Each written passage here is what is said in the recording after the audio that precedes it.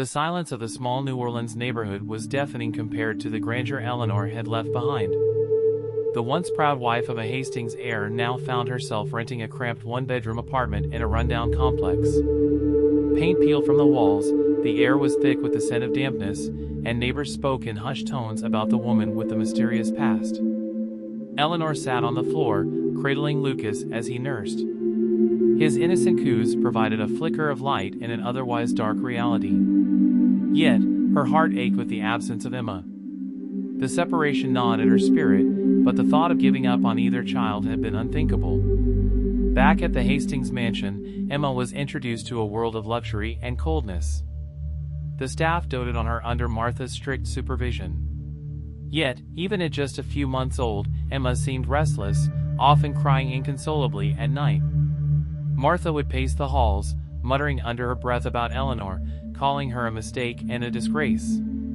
Richard, overwhelmed by guilt, retreated into his work, leaving Emma to be molded entirely by Martha's iron will.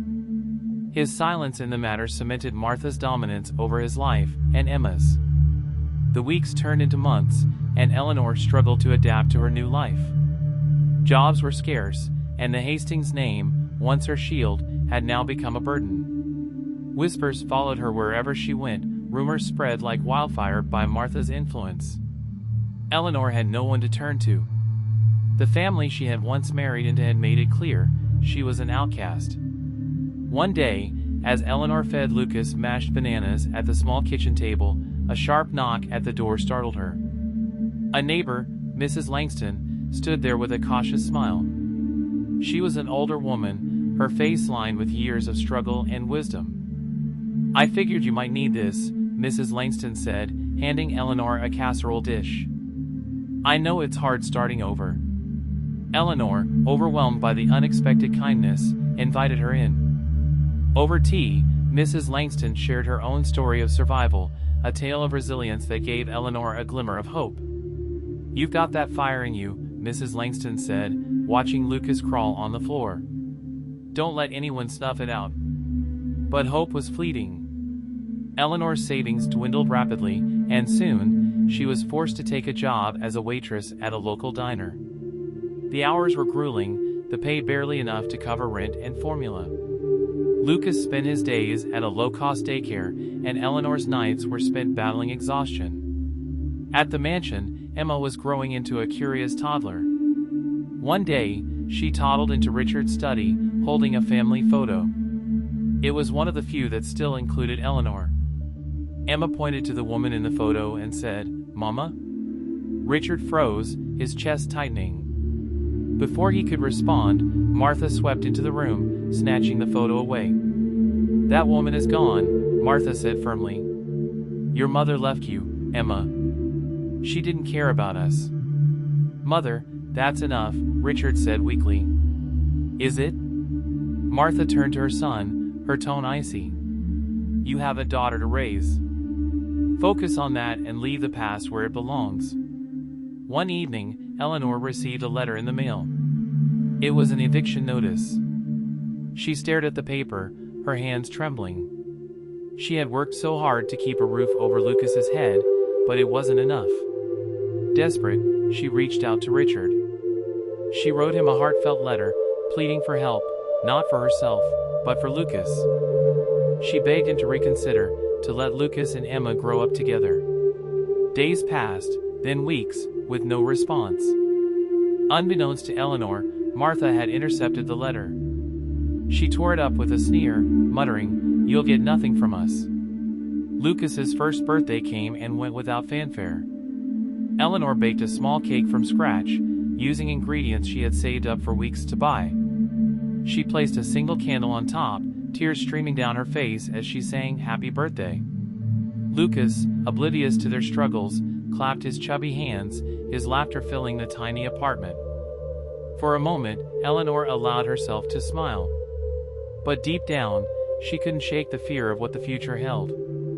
Meanwhile, Emma's second birthday was a grand affair at the mansion. Balloons, a live band, and an extravagant cake adorned the backyard. Guests marveled at the little girl with golden curls and bright eyes, unaware of the shadow of lies that hung over the celebration. Emma, too young to understand the weight of her world, looked around for something, or someone, missing. She wandered away from the crowd, finding herself in the nursery. There, she spotted an old stuffed bear sitting on the shelf. It had belonged to her brother, though she didn't know it. She hugged the bear tightly, her small voice whispering, "Mama." As Eleanor put Lucas to bed that night, she whispered promises she wasn't sure she could keep. "One day, Lucas, we'll see your sister again. I don't know how, but I'll find a way." The room was dim, save for the soft glow of a night light. Eleanor sat by the window, staring out at the stars. Her resolve hardened. She had to fight, not just for Lucas, but for Emma too. But as she sat there, unaware of the forces conspiring against her, a sense of dread settled over her heart. She couldn't escape the feeling that something, or someone, was watching. Would her determination be enough to protect Lucas and reunite her family? Or were the obstacles ahead too great to overcome? Life can change a single moment. For young Eleanor Hastings, that moment arrives during what should be a time of joy, a nightmare to welcome new life. But instead, the walls of her luxurious mansion echo with anger, accusations, and a secret that threatens to unravel generations. Stay with us as we unfold a story of love, betrayal, and a mystery buried deep within family ties. If you're captivated by gripping tales like this, don't forget to subscribe and join us for every twist and turn ahead. The glow of a late Californian evening bathed the Hastings mansion in a golden hue, its grande radiating elegance. The staff moved swiftly, preparing for what they assumed would be a celebration. Eleanor Hastings lay in the master bedroom, her body exhausted but her heart filled with love.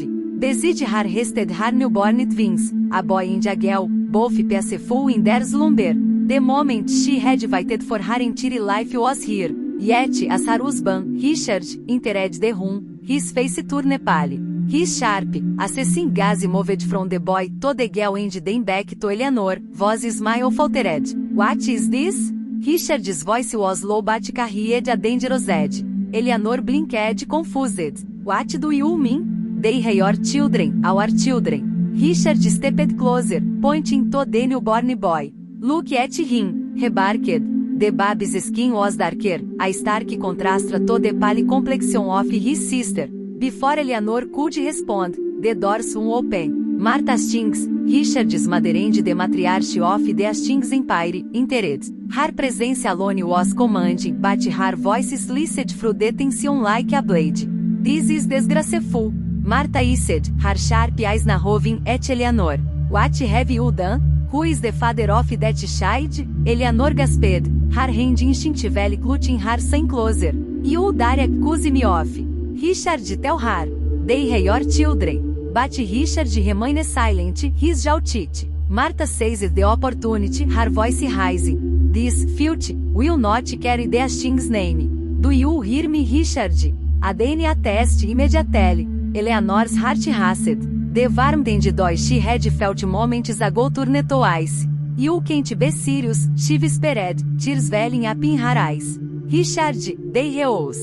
"I have never enough," Richard interrupted coldly. "We'll know the truth soon." The room fell into silence, broken only by the soft cries of the baby boy. Eleanor's world crumbled as she watched the man she loved turn his back on her. The days that followed were a blur. The DNA test results arrived swiftly, confirming that both children were indeed Richards. Eleanor felt a surge of vindication, but it was short-lived. Martha's campaign of whispers had already spread through their social circles, staining Eleanor's name with scandal. She must have tricked the test, Martha spat at Richard one evening. Or worse, maybe there's something in her bloodline she hasn't told you about. "Enough, mother," Richard snapped, though his tone lacked conviction. "The results are clear." "Clear?" Martha's eyes burned with fury. "You think the world will believe this?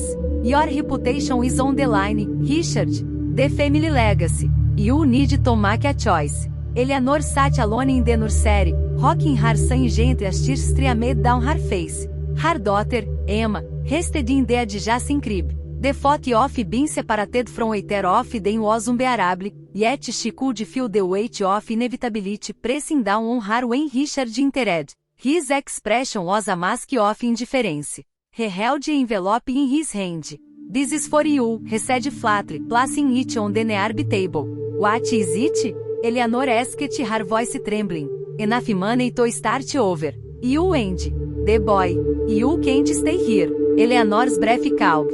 "You're throwing us out." Richard didn't meet her eyes. "Emma will stay. Mother will raise her." "No." Eleanor shouted, clutching Lucas together. "You can't do this. They are both my children. You brought this on yourself," he said, his voice void of emotion. "Take Lucas and leave. You will only make things harder for Emma if you stay." As the limousine carried her away from the mansion, Eleanor held Lucas close, whispering promises to vast she could keep. She glanced back at the sprawling estate, its windows glowing warmly against the night. Inside, her daughter remained, unaware of the storm brewing around her. Eleanor's heart shattered. She vowed she would find a way back to Emma, no matter the cost, but as the car sped into the dark unknown, she could not shake the feeling that her battle had only just begun. Eleanor's life had settled into a grueling rhythm. Each day began before dawn, preparing Lucas for daycare before heading to the diner for her shift. Her nights were spent hunched over bills, scribbling calculations on scrap paper as she desperately tried to stretch her meager income. Despite the exhaustion, she never let Lucas see her despair. For him, she would endure anything. One evening, Eleanor was tidying up the apartment when Lucas toddled toward her, clutching an envelope. "Mama," he exclaimed, holding it up like a treasure. Eleanor took it, confused. The envelope was aged, its corners frayed, and her name was scrawled across the front in elegant handwriting she didn't recognize. Inside, she found a single page folded neatly. Her heart pounded as she read the message. "The truth about your children lies buried in the past. Find the records at St. Augustine Hospital." Eleanor's fingers trembled. Who had sent this? And what did it mean? She glanced at Lucas, who was now contentedly playing with a wooden block. The note filled her with a strange mix of hope and dread. If there was a chance to uncover answers that could reunite her with Emma, she had to take it. The next day, Eleanor used her lunch break to visit St. Augustine Hospital, an old facility on the outskirts of the city. The air inside smelled of disinfectant and mildew, and the fluorescent lights flickered intermittently. Eleanor approached the records desk, her nerves taut. "I'm looking for old birth records," she said, trying to sound confident. "From about 2 years ago." The clerk, an elderly woman with glasses perched on her nose, gave her a skeptical look. "We don't just hand those out, dear. You need proper authorization." Eleanor leaned forward, lowering her voice. "Please. It's important. It's for my children." The woman sighed, eyeing her with a mix of pity and irritation. "Wait here." Minutes felt like hours as Eleanor stood by the counter. Finally, the woman returned with a dusty folder. "You didn't hear this from me," she muttered, sliding it across the counter. Eleanor's hands shook as she opened the folder. Inside, she found birth certificates, medical records, and a handwritten note clipped to the top.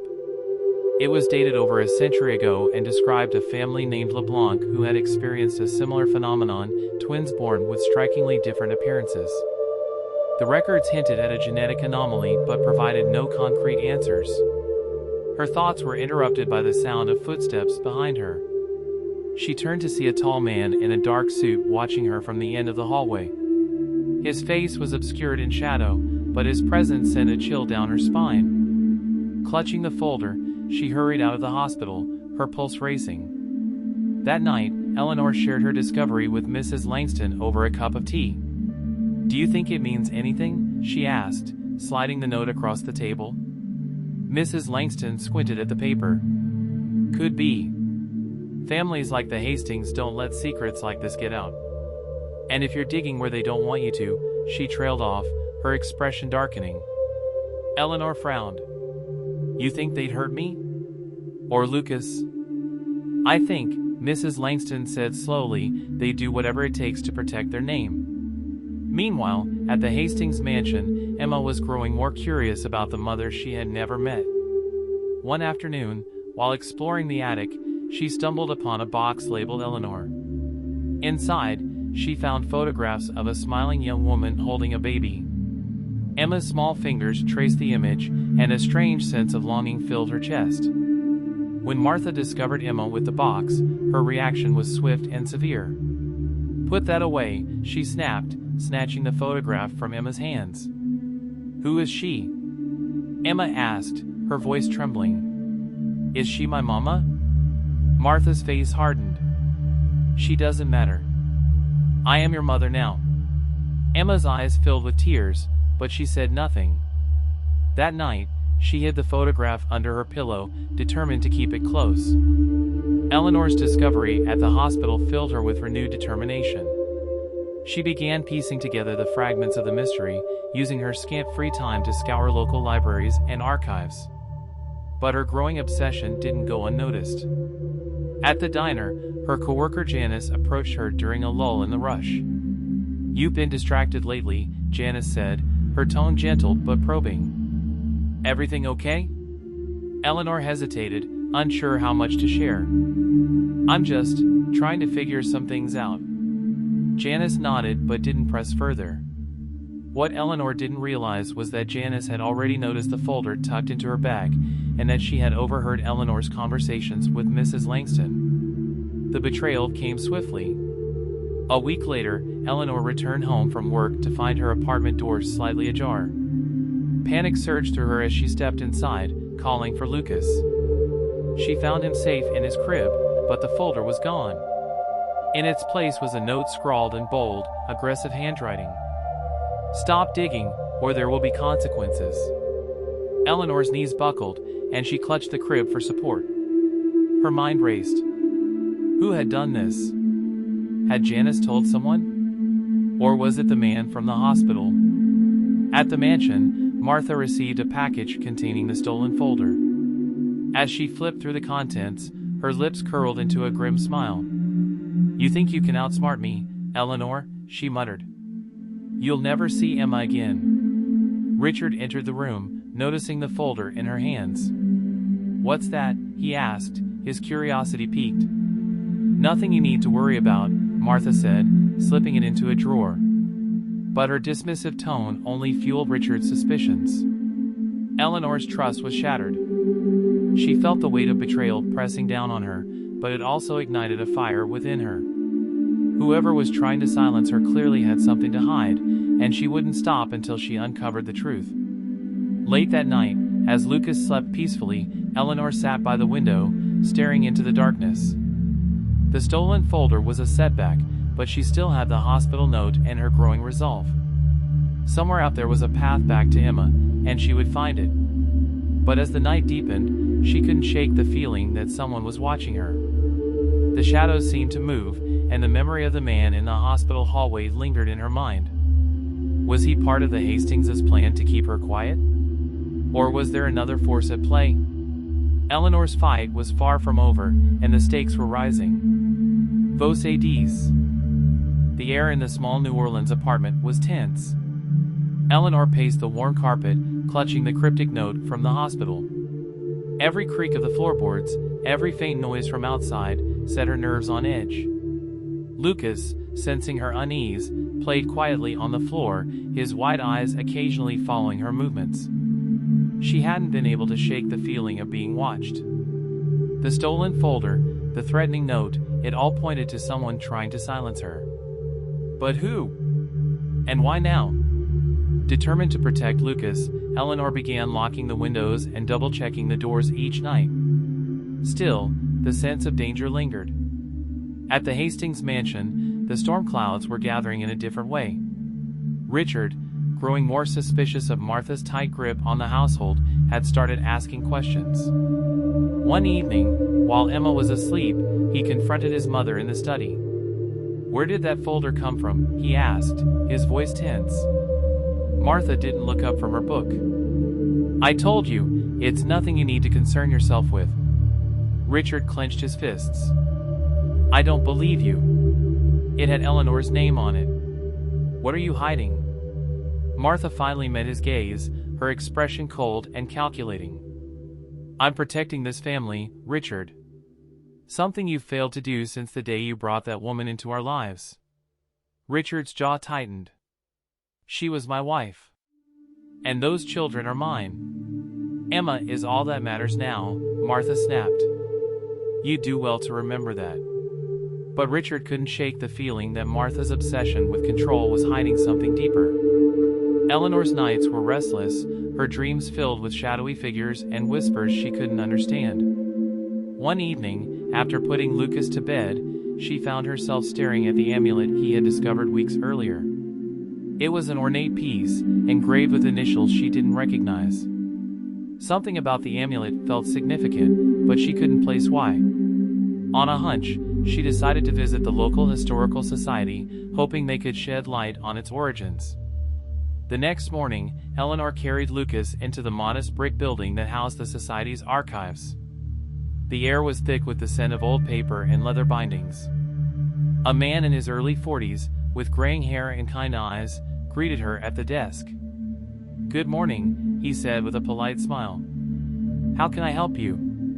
I was hoping you could tell me something about this, Eleanor said, placing the amulet on the counter. The man picked it up, his brow furrowing as he examined it. Interesting. This looks like it could be late 19th century. Where did you get it? Eleanor hesitated. It was passed down in my family, she lied, not wanting to reveal too much. Well, the man said, motioning for her to follow him, let's take a closer look. Hours later, Eleanor left the historical society with more questions than answers. The man, whose name was Mark, had confirmed that the amulet likely belonged to a wealthy family in the area, but its exact origins were unclear. He had offered to help her investigate further, sensing her urgency. As she walked back to her apartment, pushing Lucas's stroller, she noticed a black car parked at the corner. Its windows were tinted, and it didn't move as she passed. Her chest tightened. Was it watching her? Or was she imagining things? She quickened her pace, her grip on the stroller tightening. By the time she reached her building, the car was gone, but the fear lingered. That night, Eleanor sat in her dimly lit kitchen, sorting through her notes and memories. The stolen folder, the hospital records, the amulet, it all pointed to something buried in the Hastings family history. But how could she uncover the truth when every step she took seemed to provoke a new threat? As she was lost in thought, a loud knock at the door startled her. She froze, her heart pounding. Slowly, she approached the door and peered through the peephole. It was Mark. Eleanor hesitated before opening the door. How did you find me? She asked, her voice wary. You left your contact information at the society, he said, holding up a piece of paper. I did some digging after you left. I think I found something you might want to see. Mark's findings were startling. He had uncovered records linking the amulet to the Hastings family, specifically to a man named Henry Hastings, Richard's great-grandfather. According to the documents, Henry had a secret. He was of mixed race, a fact that had been carefully hidden to protect the family's reputation. Eleanor's mind raced. Could this explain Lucas's appearance? Had Martha gone to such lengths to erase this part of their history that she would tear apart a family over it? Why are you helping me? Eleanor asked, her voice thick with emotion. Mark hesitated before answering. Because I've seen what people like the Hastings can do to protect their legacy. And I think you deserve to know the truth.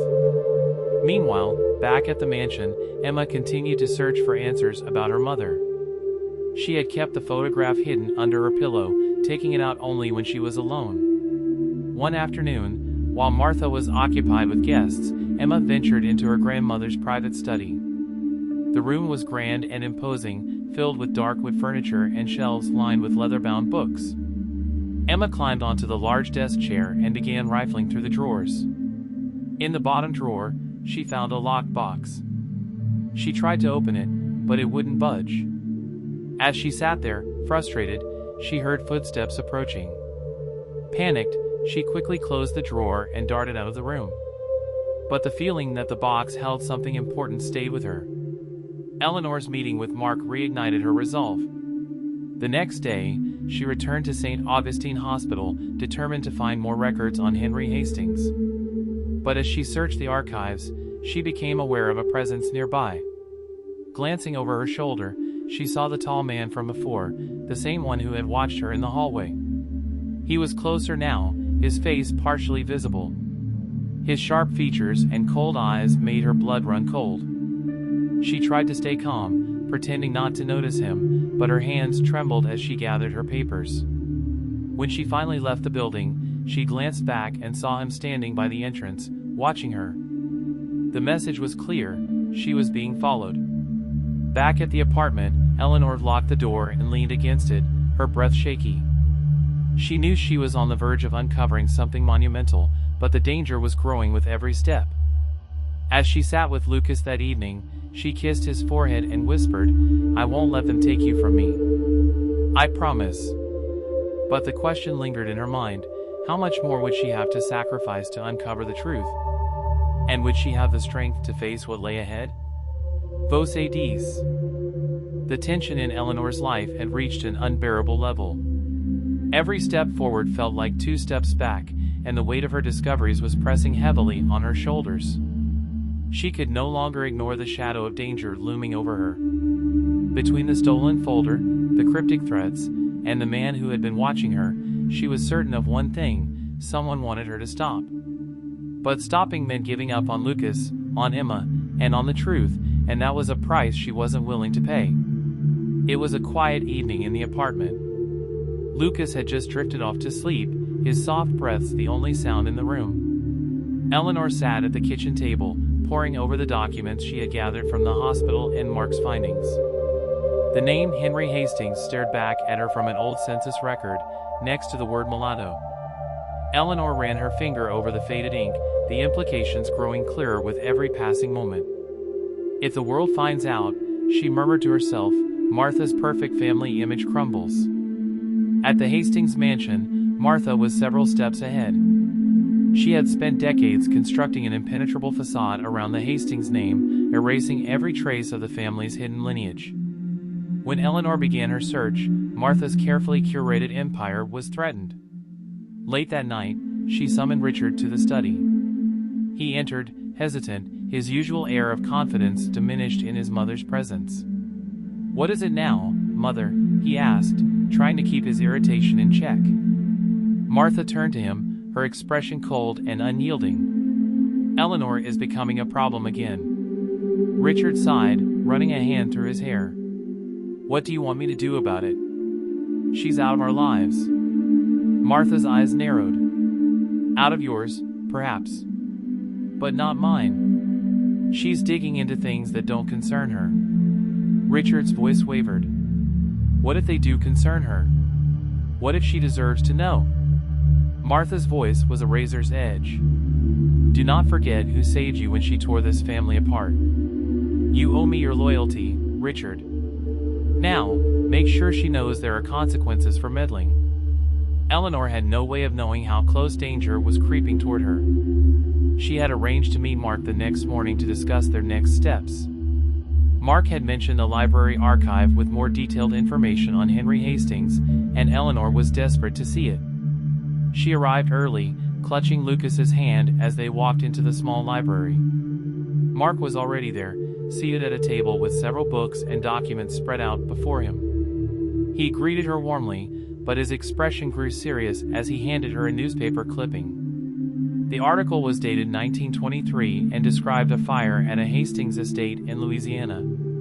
The fire had destroyed much of the property, but the article also mentioned a scandal surrounding Henry Hastings and his unacceptable associations.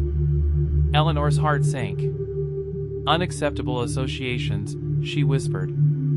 "They're talking about his heritage, aren't they?" Mark nodded. "It seems likely.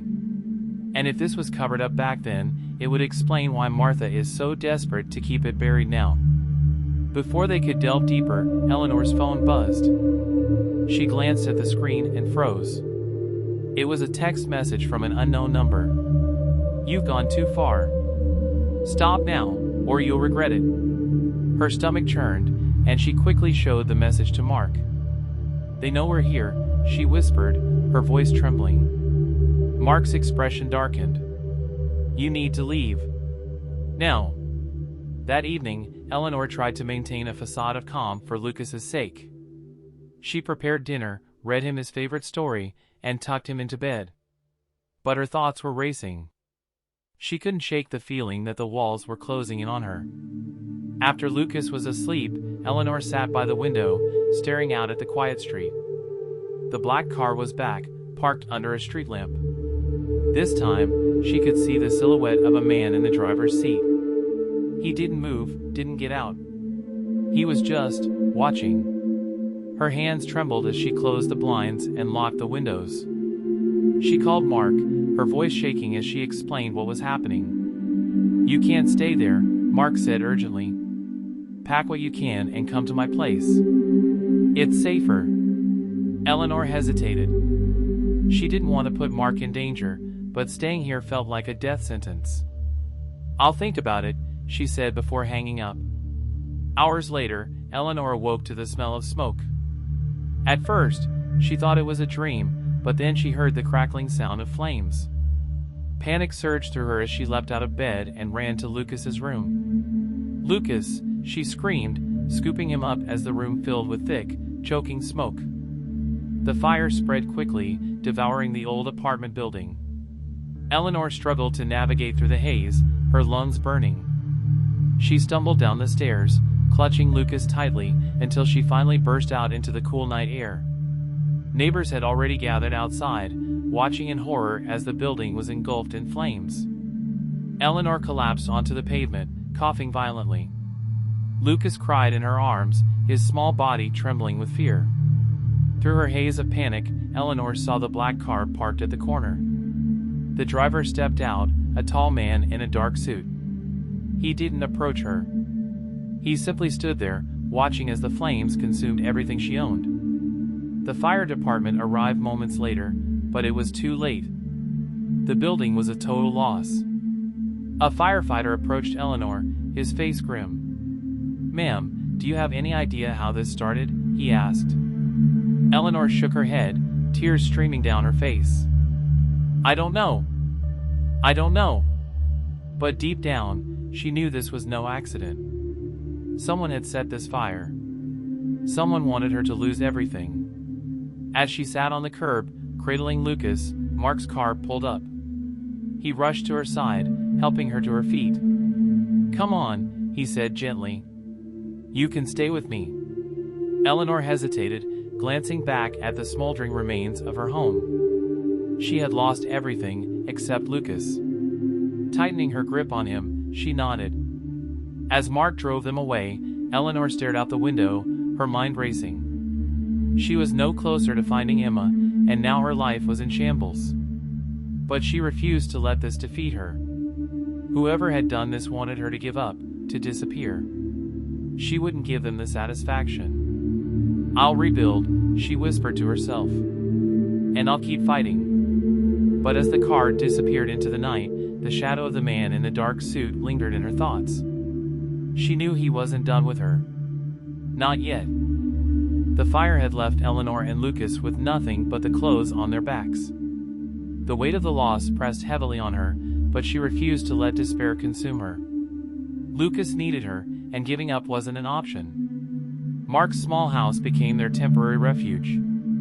It was modest but warm, a stark contrast to the cold emptiness of the Hastings mansion she once called home. Eleanor sat at the kitchen table, sipping a cup of tea while Lucas played with a toy Mark had given him, a wooden truck.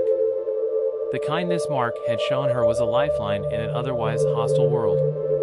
Yet, deep down, Eleanor knew she couldn't stay here forever.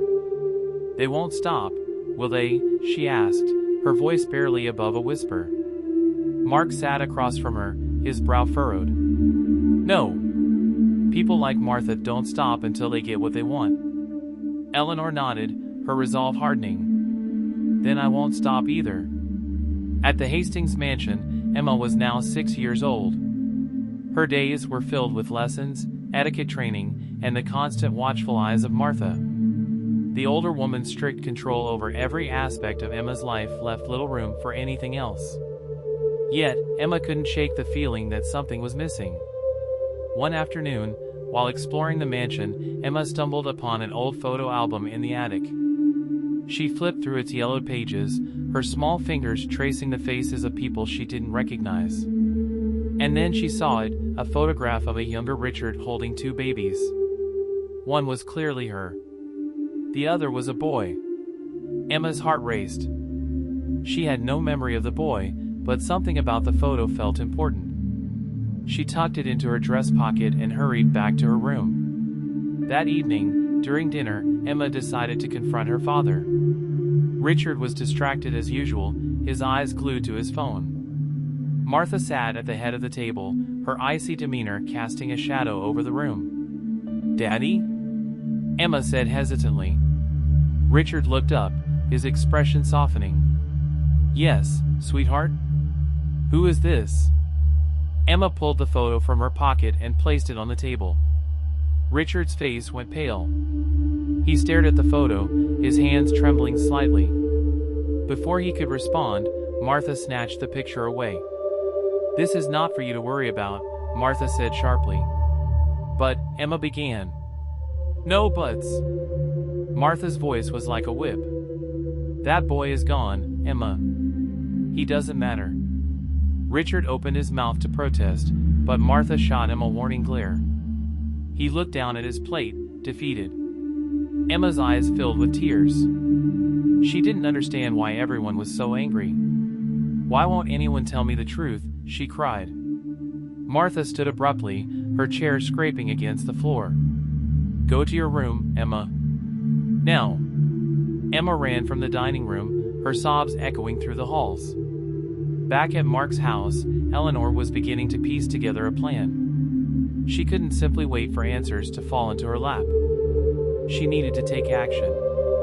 With Mark's help, she began researching the Hastings family's holdings and connections, hoping to find a way to expose the truth.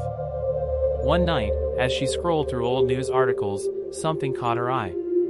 A mention of a charitable foundation linked to the Hastings family. The foundation was hosting a gala in New Orleans the following week. Eleanor's heart raced. Richard would undoubtedly be there. It was the perfect opportunity to confront him and demand answers. But the thought of walking into a room filled with people who saw her as a pariah was daunting. "I can't do this alone," she said aloud.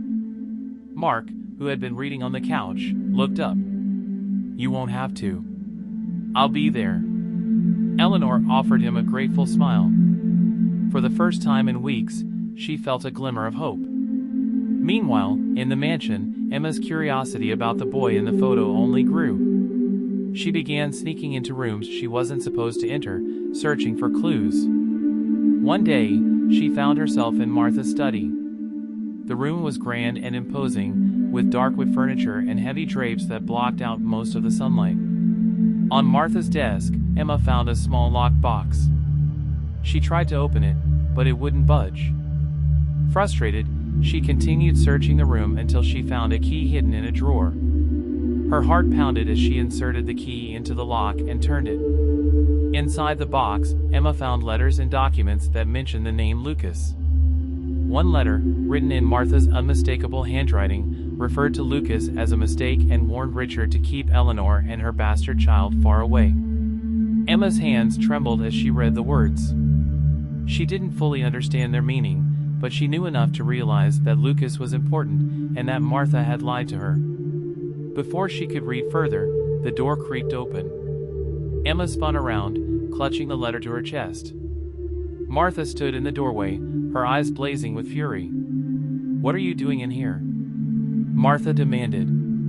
Emma backed away, her voice shaking. I just wanted to know the truth." Martha strode forward, snatching the letter from Emma's hands. "The truth is not for you to decide, young lady. You will stay out of this room, and you will forget about that boy. Do you understand me?" Emma nodded reluctantly, tears streaming down her face. But deep down, she knew she couldn't forget. She had to find out who Lucas was, and why her family wanted to erase him. The night of the gala arrived. Eleanor dressed in the best clothes she could afford, a simple black dress that didn't quite fit the elegance of the event but would have to do. Mark adjusted his tie, offering her a reassuring smile. "You ready?" he asked. Eleanor took a deep breath. "As ready as I'll ever be." The gala was held in a grand hotel ballroom, its opulence reminiscent of the life Eleanor had left behind. As she stepped inside, she felt the weight of 100 stares. Whispers followed her, but she held her head high, refusing to let the judgment of strangers deter her. Across the room, she spotted Richard. He was speaking with a group of investors, but his gaze flickered toward her, his expression one of shock and guilt. Eleanor didn't hesitate. She marched toward him, her heart pounding. But before she could reach him, a hand grabbed her arm. She turned to see Martha, her face a mask of cold fury. "You have no place here," Martha hissed. Eleanor yanked her arm free. "I have every right to be here. You've kept me in the dark for too long, Martha. It's time for the truth." The room seemed to fall silent as the two women faced off. Eleanor's voice trembled with anger as she continued, "I'm not leaving until Richard tells me what happened to my family." Martha's lips curled into a cruel smile. "Be careful what you wish for, Eleanor. The truth has a way of destroying people." Eleanor stood her ground, her voice steady. "Then let it destroy me. But I won't let you keep my children apart any longer." The tension was palpable, the stakes higher than ever. And as Richard finally stepped forward, his expression torn, Eleanor braced herself for the confrontation that would change everything. "Vos dis." The ballroom buzzed with uneasy whispers as Eleanor and Martha squared off. The clash between the once outcast wife and the imperious matriarch was like a storm brewing in plain sight. Richard stood frozen, his face pale, caught between his loyalty to his mother and the haunting truth Eleanor demanded to unearth. "Richard," Eleanor said, her voice sharp yet trembling. "It's time. Tell me the truth about Lucas and Emma." Martha interjected, her tone dripping with venom. "You don't belong here, Eleanor. You've already done enough damage." "I'm not leaving until I get answers," Eleanor fired back, her defiance cutting through Martha's dominance. Richard opened his mouth to speak, but a piercing wail from across the room silenced him. Eleanor turned to see a young girl, Emma, crying out as she was pulled away from a corner by a nanny. Emma had been peeking through the crowd, her bright eyes wide with recognition as they locked onto Eleanor's. "Who is she, Daddy?"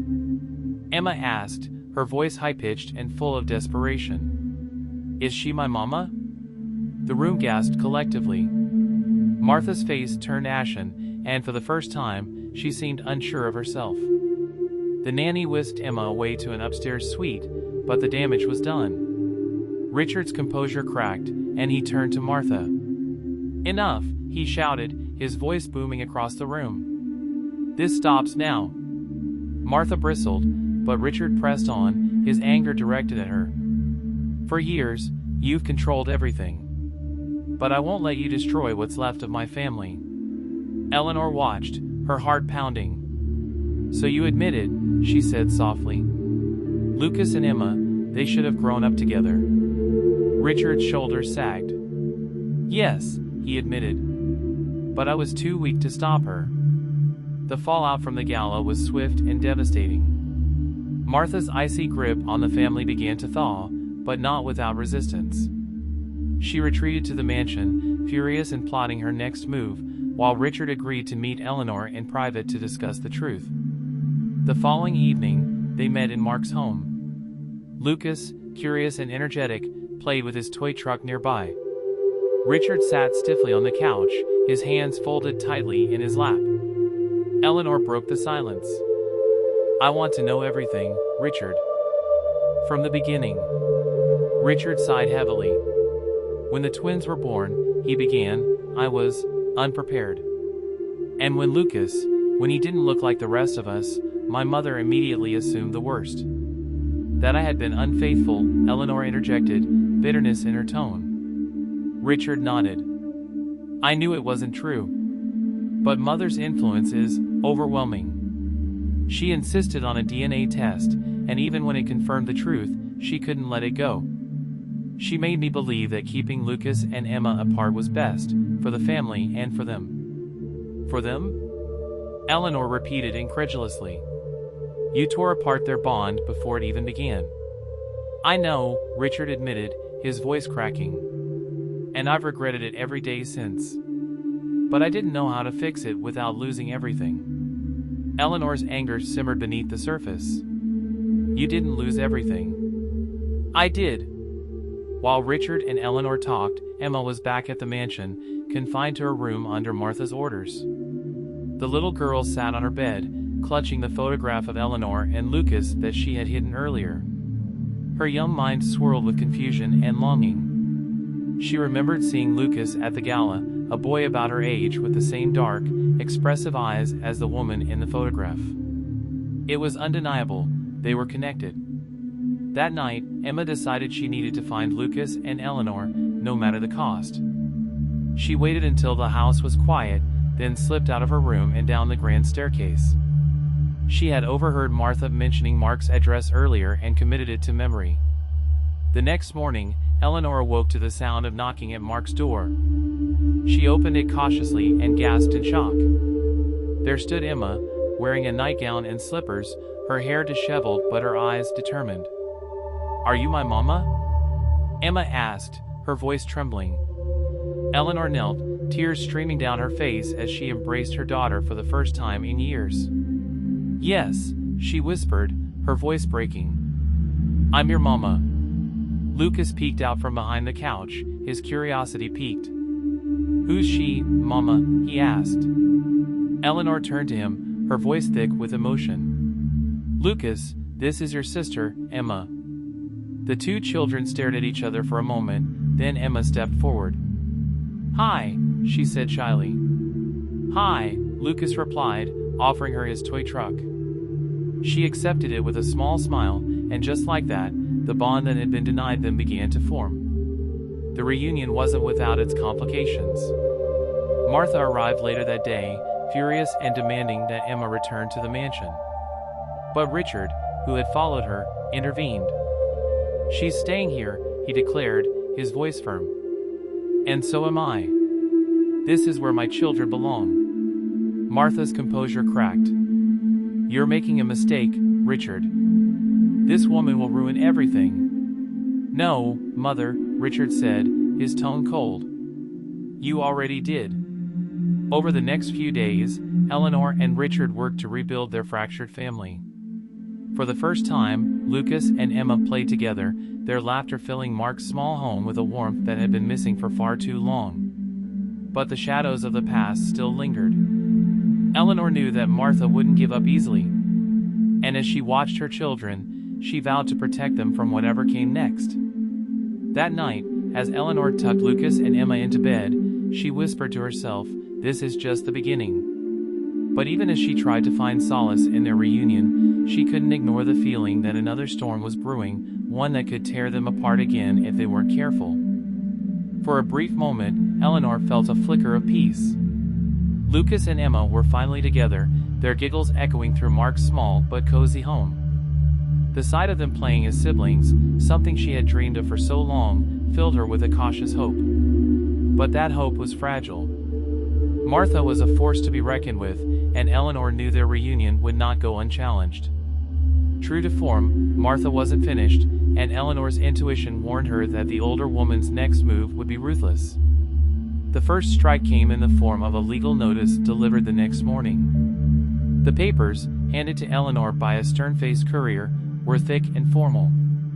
They demanded that Emma be returned to Martha's custody immediately, citing Richard's financial dependence on his mother and her role as Emma's legal guardian. Mark read over the papers, his brow furrowing. She's playing dirty, he said, looking up at Eleanor. But this isn't about what's best for Emma, it's about control.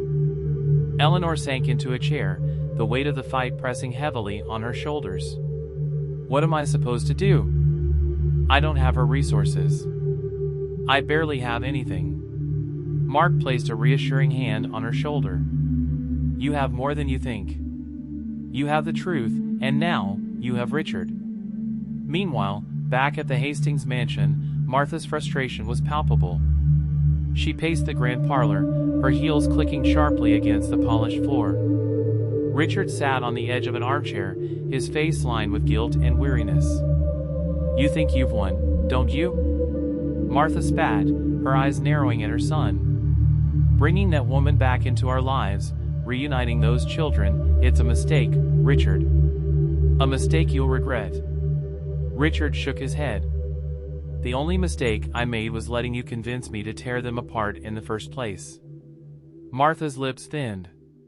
You'll come crawling back when this all falls apart. She'll never forgive you, and neither will those children. Back at Mark's house, Eleanor decided to prepare for the inevitable court battle. She spent hours gathering what little evidence she had, old photographs, the hospital records, and Mark's findings about the Hastings family history. Richard, to her surprise, offered his full cooperation, even if it meant facing his mother's wrath. Why now? Eleanor asked him one evening as they worked side by side at the kitchen table. Why are you suddenly willing to stand up to her? Richard hesitated, his eyes fixed on the papers in front of him. Because I've spent my whole life being her puppet. And in doing so, I've destroyed the things that matter most. This is my chance to fix that. Eleanor wanted to believe him, but the wounds of the past ran deep. As the days passed, Eleanor noticed a black car parked across the street more frequently. It was the same one she had seen before, its driver always hidden behind tinted windows. Her unease grew with each sighting, but she said nothing, not wanting to alarm the children. One evening, as she tucked Lucas and Emma into bed, Lucas whispered, "Mama, I saw a man outside." Eleanor's heart skipped a beat. "What do you mean, sweetheart?" Lucas pointed toward the window. A man in a black car. He was watching. Eleanor forced a smile, trying to mask her fear. "It's okay, baby. Mama's here." But as she left their room, her mind raced. She couldn't ignore the growing danger. The next morning, while Eleanor was at a meeting with a lawyer, Mark received a knock at the door. Thinking it was Eleanor returning, he opened it without hesitation. Instead, he was greeted by a tall man in a dark suit, the same man Eleanor had seen before. "Can I help you?" Mark asked, his tone cautious. "I'm here on behalf of Martha Hastings," the man said smoothly. "She's offering a substantial sum of money if you convince Eleanor to walk away. Permanently." Mark's jaw tightened. "She's not for sale," he replied firmly. The man smirked. "Everyone has a price. Think it over." Before Mark could respond, the man turned and walked back to his car, leaving behind an unspoken threat that hung in the air. When Eleanor returned home that evening, Mark told her about the encounter. Her face paled, but her resolve only grew stronger. "She thinks she can scare me into giving up," Eleanor said, her voice steady. "But I won't let her win." Mark nodded. "Then we need to be ready. She won't stop here." That night, as Eleanor lay awake, the faint sound of shattering glass jolted her from her thoughts. She bolted upright, her heart pounding, and raced toward the source of the noise. In the living room, she found the front window shattered and a brick lying on the floor. Attached to it was a note, "Leave now, or next time it'll be worse." Mark, who had heard the commotion, ran into the room. "Are you okay?" he asked, his eyes scanning the damage. Eleanor clutched the note, her hands trembling. "They're trying to scare me." Mark placed a reassuring hand on her shoulder. "We'll call the police. They can't keep getting away with this." But Eleanor knew the police would be of little help. People like Martha operated above the law, their power and influence shielding them from consequences. The next day, Eleanor decided to take a bold step. She arranged for a meeting with a journalist, someone who could expose the Hastings family's secrets to the world. If Martha wanted to silence her, Eleanor would make sure her story was too loud to ignore. The meeting took place in a quiet cafe on the outskirts of town. Eleanor shared everything she had uncovered, Martha's manipulation, the truth about Henry Hastings, and the separation of Lucas and Emma. You realize this could blow up in your face, the journalist warned. The Hastings have powerful connections. I don't care, Eleanor said firmly. People need to know the truth. That evening, Eleanor returned home to find Richard waiting on the porch. He looked exhausted, his tie loosened and his hair disheveled. I heard what you're planning, he said quietly. And I want you to know I'm on your side. Eleanor studied him for a moment, searching for sincerity. It's not just about sides, Richard. It's about doing what's right. I know, he said. And I'll help you. Whatever it takes. Eleanor nodded, a fragile trust beginning to form between them. But as they stood there, the headlights of a black car appeared at the end of the street, illuminating the darkness. Eleanor's stomach churned as the car idled for a moment before speeding away. The danger was growing, and Eleanor knew they were running out of time. But she also knew one thing for certain: she wouldn't back down, not now, not ever. The tension in Eleanor's world was reaching its peak. Every step toward the truth came with greater risks, and the looming threat of Martha's retaliation hung heavily over her and her children. The black car's frequent appearances, the shattered window, and the veiled threats made it clear Martha was playing for keeps. But Eleanor wasn't about to back down. She had spent years in silence, separated from Emma and forced to endure the whispers of a family that treated her as an outcast. Now, with Lucas and Emma finally reunited, she had more to fight for than ever. The morning of the court hearing arrived with a heavy fog rolling through New Orleans, as if the city itself knew the weight of what was to come. Eleanor, dressed in her best professional attire, held Lucas's hand tightly as they walked into the courthouse. Richard walked beside her, his face set with grim determination. "You're sure about this?" Eleanor asked him as they approached the steps. Richard nodded. "I owe you the truth, and I owe it to my children." Mark, who had insisted on accompanying them, added, "And you're not alone in this. We'll get through it together." As they entered the courtroom, Eleanor's gaze landed on Martha. The matriarch sat at the plaintiff's table, her posture rigid and her expression a mask of cold calculation. Her lawyer, a man with a reputation for ruthlessness, whispered in her ear. Martha's eyes flicked toward Eleanor, and her lips curled into a faint, mocking smile. Eleanor's stomach churned, but she refused to let her fear show. The proceedings began with Martha's lawyer presenting a damning argument. He painted Eleanor as an unfit mother, citing her financial struggles, the fire, and her reliance on Mark for support. "Miss Hastings," the lawyer said, addressing Martha directly, "you've been Emma's primary caregiver since birth. Can you tell the court why you believe she should remain in your custody?" Martha's voice was calm but laced with venom. "Emma deserves stability and a future. Eleanor has proven time and again that she can't provide either." Eleanor clenched her fists under the table, her anger simmering. When her turn came to speak, she rose and took a steadying breath. "I have made mistakes," she began, her voice steady despite the lump in her throat. "But everything I've done has been for my children. For years, I was kept away from Emma, lied to, manipulated, and threatened. But I never stopped fighting for her." Eleanor glanced at the judge, her eyes brimming with determination. "I've uncovered the truth about this family, the secrets they've hidden for generations, and I won't let their lies keep my children apart any longer." The turning point came when Richard took the stand. His testimony was both a confession and a plea for redemption. "I was weak," Richard admitted, his voice filled with regret. "I let my mother dictate my life, and in doing so, I destroyed my family. But Eleanor has shown more strength and resilience than I ever did. She deserves to have her children together, and they deserve to know the truth." Martha's composure faltered for the first time. She leaned forward, whispering furiously to her lawyer, but her voice carried across the courtroom. "Don't you dare ruin everything, Richard." Richard turned to her, his voice firm. "It's already ruined, Mother. You did that." Outside the courthouse, the media had gathered, drawn by the high-profile case and the revelations about the Hastings family. Reporters shouted questions as Eleanor, Richard, and their children emerged. For a moment, it seemed as if they might finally have a chance at peace. But Martha wasn't finished. That evening, as Eleanor and her family returned to Mark's house, a knock at the door shattered the brief calm. Eleanor opened it to find Martha standing on the porch, her eyes blazing with fury. "Do you think this is over?" Martha spat.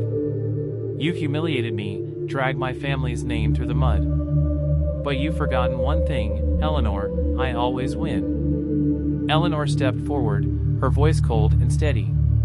"Not this time." Martha's lips curled into a cruel smile. "We'll see about that." The final confrontation came 2 days later. Eleanor had arranged to meet Martha at the old Hastings estate in Louisiana, the one tied to Henry Hastings' scandal. She knew it was a risky move, but she also knew it was the only way to end the cycle of lies. The estate was abandoned, its grand facade crumbling under years of neglect. Eleanor arrived first, the weight of history pressing down on her. Moments later, Martha's car pulled up, and the older woman stepped out, her posture as imperious as ever. "What do you want, Eleanor?" Martha demanded, her tone dripping with disdain. Eleanor held up a stack of papers. "These are the records Mark and I found. They prove everything, Henry's heritage, the fire that covered it up, and your years of manipulation. I could take this to the media right now." Martha's eyes narrowed. "And what do you want in return for keeping your mouth shut?" Eleanor's voice rose, filled with emotion. "I want my children to have the life they deserve. No more lies, no more control. You will step down, leave us alone, and let them grow up free from your shadow." Martha laughed coldly. "You think you can blackmail me?" "This isn't blackmail," Eleanor said firmly. "This is justice." For a moment, the two women stood in silence, the tension crackling like a storm about to break. Finally, Martha spoke, her voice low and dangerous. "You've underestimated me, Eleanor. But I'll consider your offer." Eleanor watched as Martha turned and walked away, her figure retreating into the dusk. She knew this wasn't over, not completely. But it was a start. That night, Eleanor returned home to Lucas and Emma. She hugged them tightly, whispering promises of a brighter future. For the first time in years, she felt a glimmer of hope, not just for herself, but for her children. Yet, as she lay awake, she couldn't ignore the lingering question: how far would Martha go to reclaim her power? Eleanor knew the fight wasn't finished, but she also knew she was ready for whatever came next. The courtroom battle had concluded, and while it didn't feel like an outright victory, Eleanor had secured the most important thing. Lucas and Emma were finally with her, together as siblings, safe from the constant grasp of Martha Hastings. But peace was a fragile thing, and Eleanor knew the fight wasn't entirely over. The scars left behind by years of lies and manipulation wouldn't heal overnight. Life in Mark's small home was far from perfect, but it was filled with something Eleanor hadn't known in years: laughter. Lucas and Emma's bond grew stronger with each passing day. Lucas would show Emma his toys, and Emma, always curious, would pepper him with questions about their mother. "Did Mama always read to you like this?" Emma asked one night as Eleanor tucked them into bed with a book. Eleanor smiled, brushing a strand of hair from Emma's face. "I tried, sweetheart. Even when things were hard." Lucas chimed in. "She used to make up stories about us being pirates." Emma giggled. "I want to be a pirate too." Eleanor laughed softly, but her heart ached. She couldn't reclaim the years they'd lost, but she was determined to make the most of the time they had now. Meanwhile, Richard was taking steps to untangle himself from Martha's iron grip. He had moved out of the mansion, choosing a modest apartment near Eleanor and the children. It wasn't easy. He had relied on his mother for so long that independence felt like unfamiliar territory. But Richard's decision to step away from Martha's influence marked a turning point. He began attending counseling, determined to address the years of manipulation he had endured. During one of his visits to Eleanor's home, Richard sat at the kitchen table with her, sipping a cup of coffee as the children played in the next room. "I've made so many mistakes," he admitted, staring into his cup.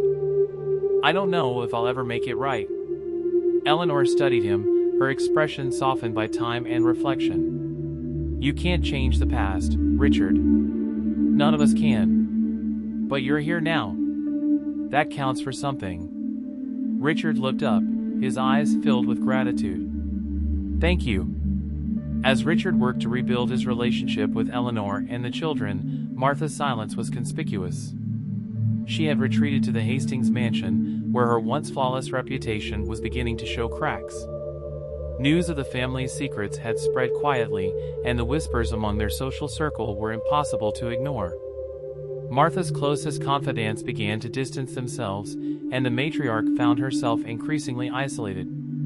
The humiliation of losing control over her family was a blow she hadn't anticipated, and it left her bitter and resentful. One evening, as she sat alone in the grand but empty dining room, a letter arrived. It was from Eleanor. "Martha, the fight is over. Let the past rest, for the sake of the children. You don't have to like me, but they deserve to grow up free of our battles. You can still be part of their lives, if you choose to do so with kindness." Martha's hand trembled as she read the words. For a moment, her icy facade cracked, revealing the loneliness underneath. But she wasn't ready to respond, not yet.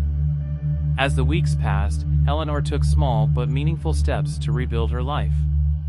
With Mark's help, she found a job as a medical assistant at a local clinic, a position that allowed her to support Lucas and Emma while staying close to home. Mark's unwavering support had been a lifeline through the chaos, and as they spent more time together, their bond deepened.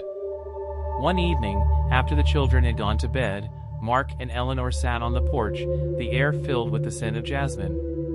"You're amazing, you know that?" Mark said, his tone warm and genuine. Eleanor blushed, a shy smile crossing her face. "I'm just trying to get through each day."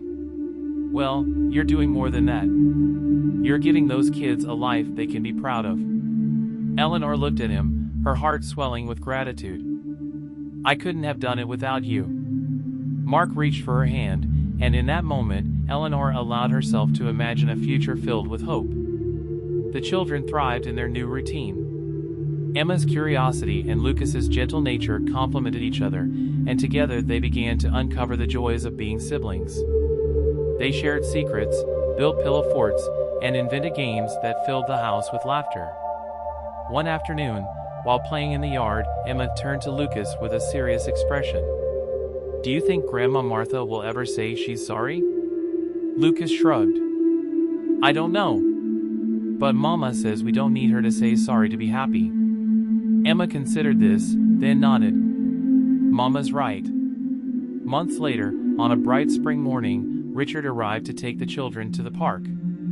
As they gathered their things, Eleanor noticed a car pulling up in front of the house. Her breath caught in her throat as she recognized it. It was Martha. Martha stepped out, her expression unreadable. She was dressed impeccably, as always, but there was a weariness in her posture that Eleanor hadn't seen before. Eleanor approached cautiously, her heart pounding. "What are you doing here?" Martha hesitated, her eyes darting toward the children, who were watching from the porch. Finally, she spoke. I wanted to see them. If you'll allow it." Eleanor studied her for a long moment. The old Eleanor might have slammed the door in her face, but the woman standing here now, the mother, the survivor, chose a different path. "They're in the yard," Eleanor said. "But this is on my terms. If you ever try to hurt them again—" "I won't," Martha interrupted, her voice softer than Eleanor had ever heard it. "I promise." Eleanor nodded, stepping aside to let her pass. Martha's reunion with the children was tentative but genuine. She knelt in the grass, her elegant demeanor softening as Lucas and Emma approached her. They were cautious at first, but the ice began to thaw as she shared stories about their father as a child. Eleanor watched from a distance, her emotions a whirlwind of relief, apprehension, and cautious hope. As the sun set that evening, Eleanor sat on the porch, watching her children chase fireflies in the yard. Mark joined her, handing her a glass of iced tea. "You've come a long way," he said, his voice filled with pride. Eleanor smiled, her gaze never leaving Lucas and Emma. "We all have." And for the first time in years, Eleanor allowed